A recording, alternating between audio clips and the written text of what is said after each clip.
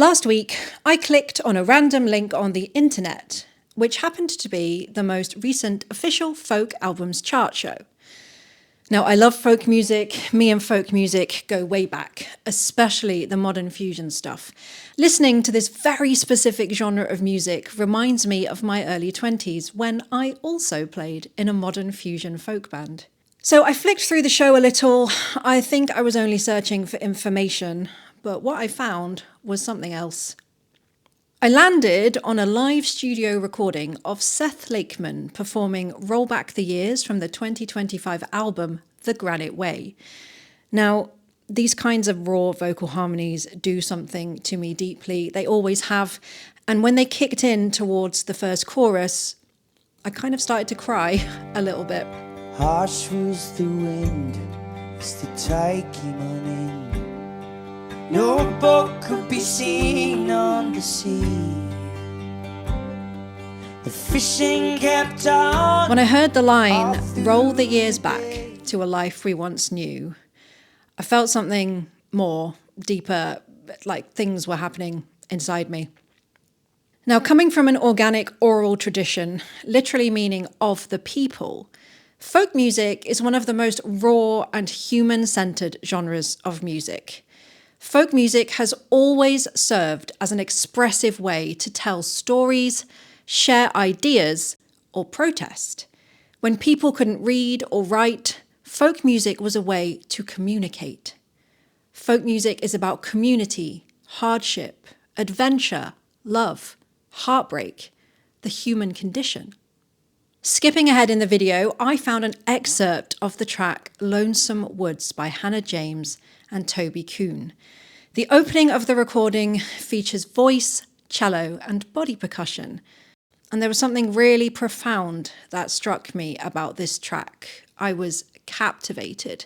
The arrangement was so simple, yet Hannah's bare feet on the wooden board and the sound of her hands on her own skin, coupled with her silky voice and this single cello, made the whole experience feel incredibly raw and real.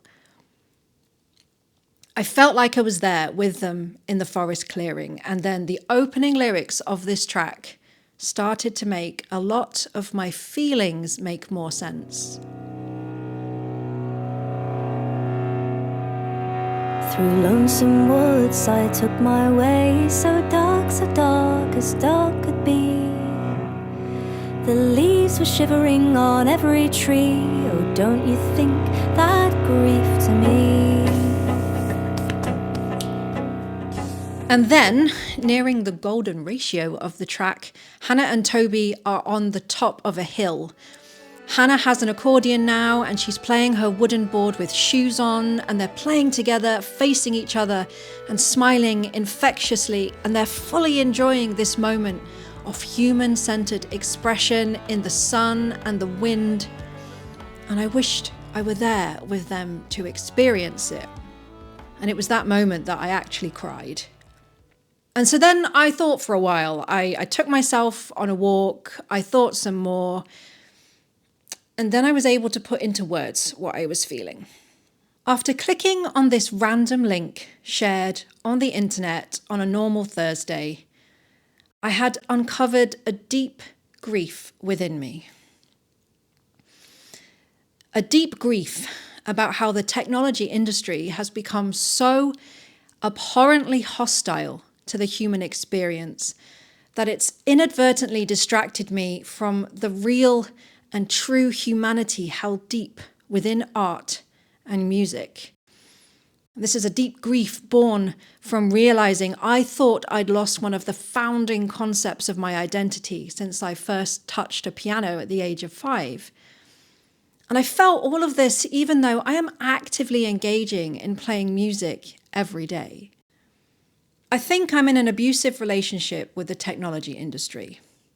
And yes, this is probably about AI. Please stay with me.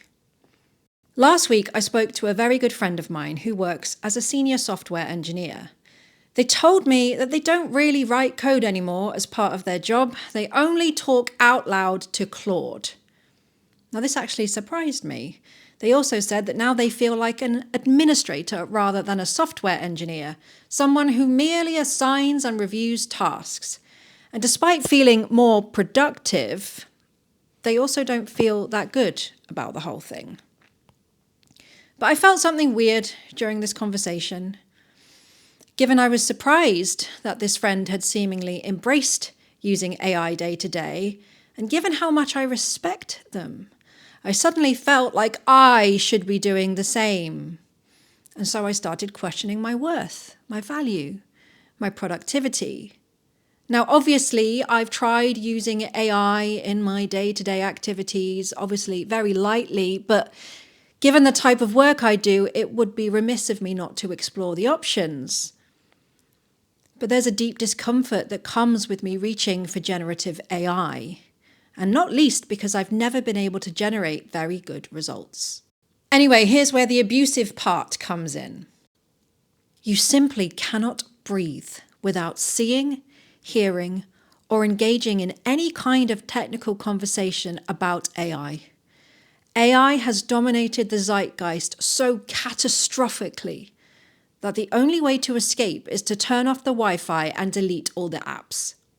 Every single piece of software has some kind of AI add-on forced into your face at regular intervals whilst you're trying to go about your life or do your job or check your email or write an email or read an email or talk to a human support agent or read a recipe or open an issue on an open source project or watch a YouTube video or open your IDE or do a internet search. The cognitive overload of AI trying to make you more productive whilst you're actually trying to be productive is so shockingly absurd. And yet, we are being made to feel like we are stagnating, being left behind, not good enough, that we are Luddites should we not adopt this imposing technology. We're being told we're missing out, even though we're probably doing just fine. The technology is gaslighting us. Now, also last week, I spoke to another friend about how their company is now mandating AI usage for all employees. There's no reason for this mandate, only that someone who knows someone said that at another company where everyone adopted AI, they were able to fire all the software engineers and make bank. So if I'm reading this correctly, the message is, you must adopt this tool or you'll be fired, but we're going to fire you soon anyway. Good luck. I don't enjoy using generative AI. Not only because I have seen few benefits for me personally, not only because it's ruined the experience of trying to search for accurate and reliable information, not only because of the way the chatbot-style LLMs are built to project some kind of sickening quasi-human personality, not only because mandated generative AI use is burning out my friends, not only because this technology has caused numerous people to die, not only because AI is draining water from areas that need it most, not only because billions of dollars are going directly to AI organizations whilst millions of humans exist in poverty, not only because using AI is an incredibly lonely experience where human collaboration and conversation has been replaced by weird conversations with computer algorithms, not only because of the implicit bias generative AI displays as a result of the data it was trained on, not only because people are doing some really weird things with AI, like trying to sell apps that keep your dead relatives alive. Not only because apparently AI performs better when you threaten it. Not only because the pivot to AI has wrongly centered the worker-value conversation around how much an individual can do rather than what they can contribute. I just enjoyed my work better when I wasn't bombarded by a single piece of technology 24 hours a day, 7 days a week, that seems to have very, very bad implications for humans and the planet, actually. I'd rather go back to the era of JavaScript framework debates. And what's even more personally terrifying for me is, what if I need to find a new job in the near future? There are seemingly no non-generative AI-centered options left for someone like me. I'm afraid that every opportunity will either be for a company building some kind of generative AI experience, or one that mandates the use of generative AI in your daily responsibilities, or one that refuses to use AI at the expense of their financial success and the stability of my employment. At this point, I can't escape. I'm at the mercy of the profession I chose. I have a family to feed and a mortgage to pay. Retraining, career switching, it's not an option right now, and I have no choice but to force myself to adapt to whatever this world is we're building. And what will the future look like when this time comes? Will the industry's mass cognitive decline be so far gone that none of this will matter anyway? Anyway, all of this is to say that I would like you to go and listen to some folk music today.